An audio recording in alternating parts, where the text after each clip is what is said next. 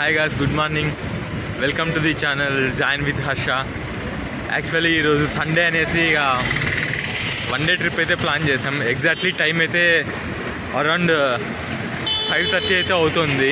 So 4 o'clockకి లేచి ready అయ్యేసి ఇలా వెళ్తున్నాం అనమాట. ఇక మీకు చూపిస్తా బస్ స్టాండ్ ముందు ఎలా ఉంది అనేసి.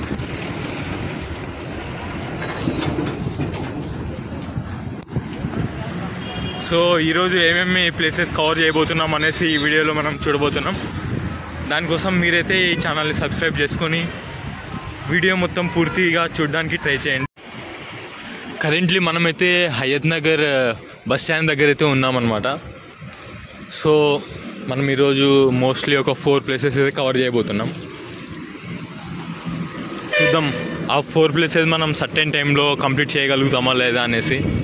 కరెంట్లీ మేము హయత్ నగర్లో స్టే చేస్తున్నాం కాబట్టి హయత్ నగర్ బస్ స్టాండ్ నుంచి అయితే స్టార్ట్ అవుతున్నాం.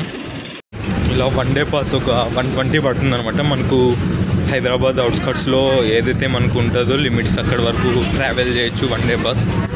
మనమైతే హయత్ నగర్ నుంచి ఉప్పల్కి అయితే రీచ్ అయిపోయాం.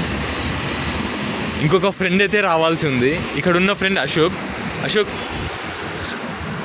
సో మనం ఇక్కడ ఉప్పల్ నుంచి యాదగిరిగుట్ట, స్వర్ణగిరి అయితే వెళ్ళబోతున్నాం.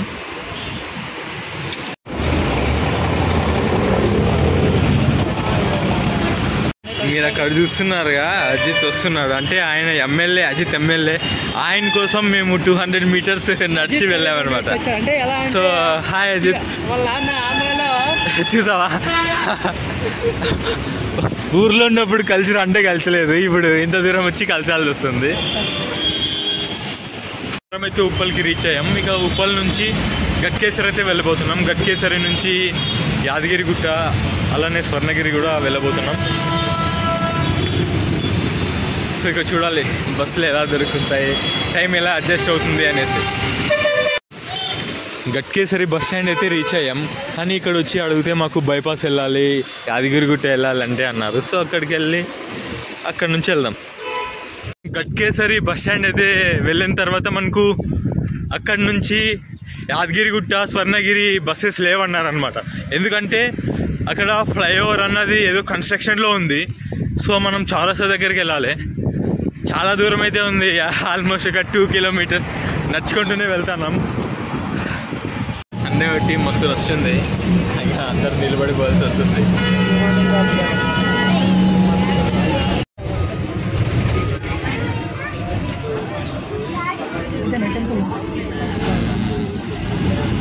గిరి ప్రదక్షిణ ఉంటుంది అబ్బా ఇక్కడ కూడా.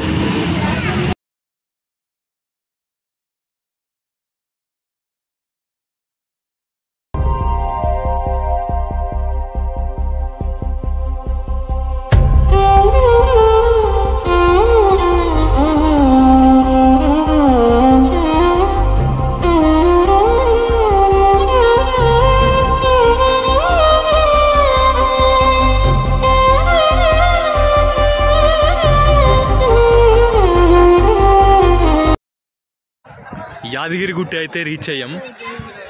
సో ఇక్కడ టెంపుల్కి సంబంధించిన ఫ్రీ బస్సెస్ అయితే ఉంటాయి. మనం టెంపుల్ చూసుకోవచ్చు.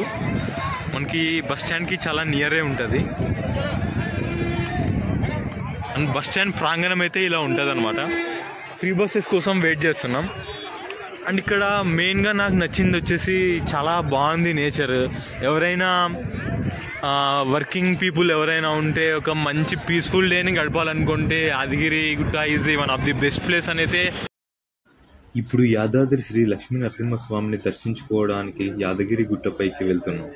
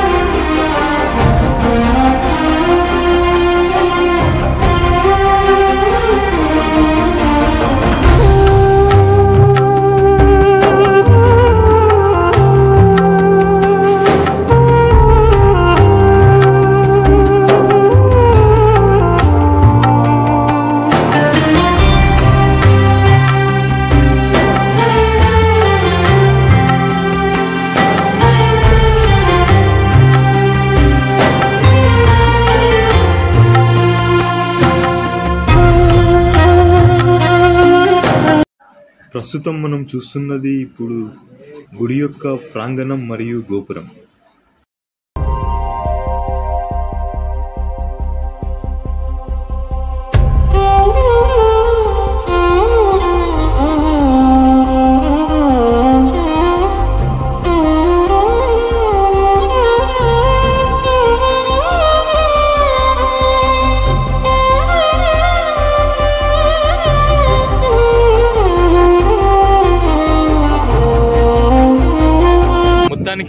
యాదాద్రి నరసింహస్వామిని అయితే దర్శించుకున్నాం.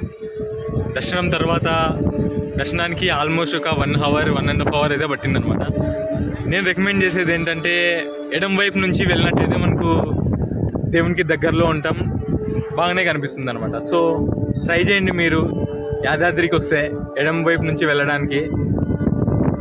ఇంకా నేనేం చెప్పాలనుకుంటున్నా అంటే యాదాద్రికి వస్తే 1 డే ట్రిప్ లాగా ప్లాన్ చేసుకోండి. ఎందుకంటే మేము మార్నింగ్ వచ్చాం, ఆల్మోస్ట్ ఇక్కడికి వచ్చి మేము ఒక 3 అవర్స్ అలా అవుతుందన్నమాట. సో ఒక 1 డే ట్రిప్ ప్లాన్ చేసుకున్నట్లయితే మనం ఫుల్గా ఎంజాయ్ చేయడానికి కానీ చాలా బాగుంటుంది. మేమైతే చాలా ట్రిప్స్ ప్లాన్ చేసుకున్నాం 1 డేలో ఒక 4 ప్లేసెస్ కవర్ చేయాలని. బట్ అవుతుందో లేదో చూడాలి ఈరోజు. మొత్తానికైతే యాదాద్రి లక్ష్మీ నరసింహస్వామిని చాలా బాగా దర్శనం అయితే జరిగింది. చూసుకున్నట్లయితే మీరు వెనకాల టెంపుల్ అండ్ మీకు ముందర వ్యూ పాయింట్ అయితే కనిపిస్తుంది, చూపిస్తా ఒక నిమిషం. యాదగిరి గుట్టలో మనం ప్రకృతి అందాలను తనివితీరా చూడడానికి మనకు చాలా వ్యూ పాయింట్స్ అయితే ఉంటాయి.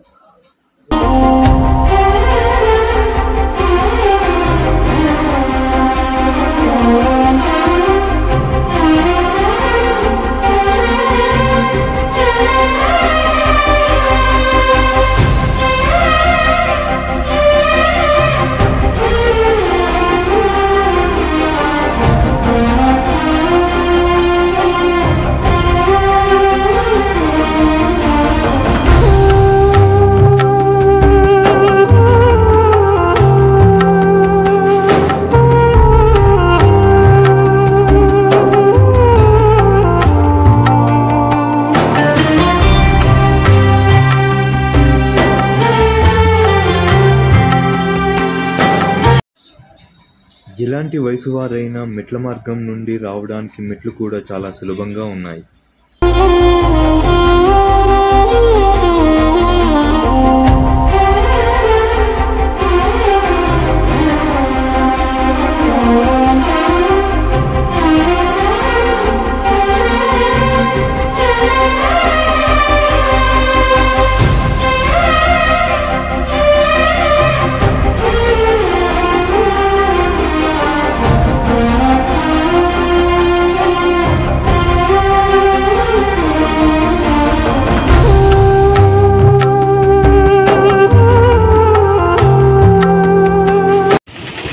వన్ డే ట్రిప్ లో భాగంగా మనం సెకండ్ ప్లేస్ కి అయితే వచ్చాం, స్వర్ణగిరి.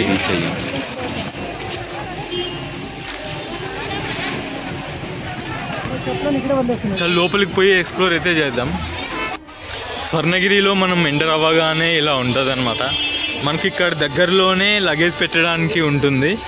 మనం చెప్పులు అవన్నీ బయటే వదలాల్సి ఉంటుంది. ఇక్కడ లగేజ్ పెడుతున్నారు, అలానే చెప్పులు కూడా పెడుతున్నారు.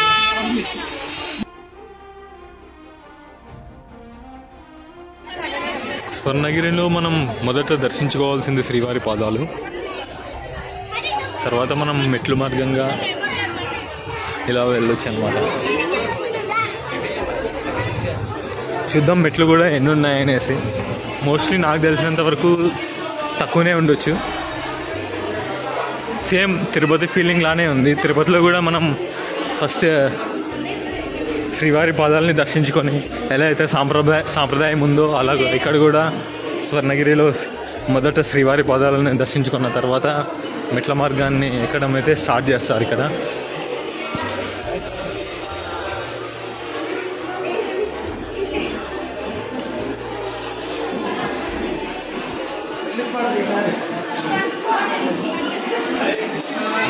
అనుకున్నట్టుగానే మెట్లయితే చాలా కొన్ని తక్కువనే ఉన్నాయి.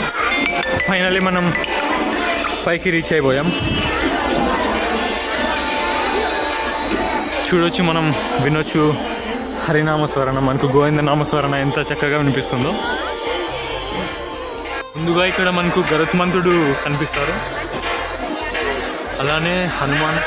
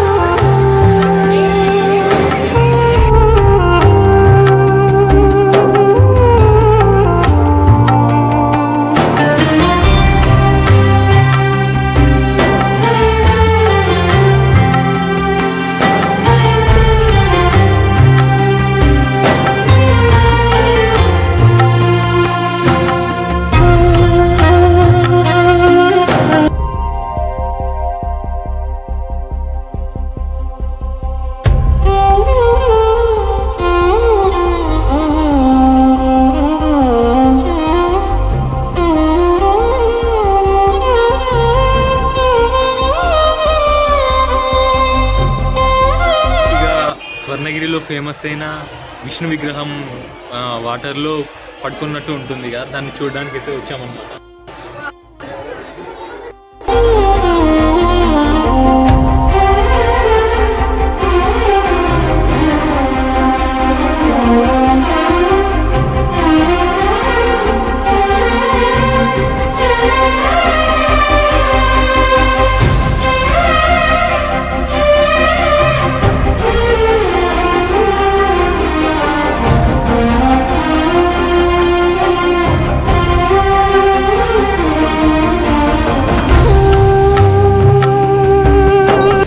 వచ్చి మేము యాదగిరిగుట్ట స్వర్ణగిరి అయితే చూసాము.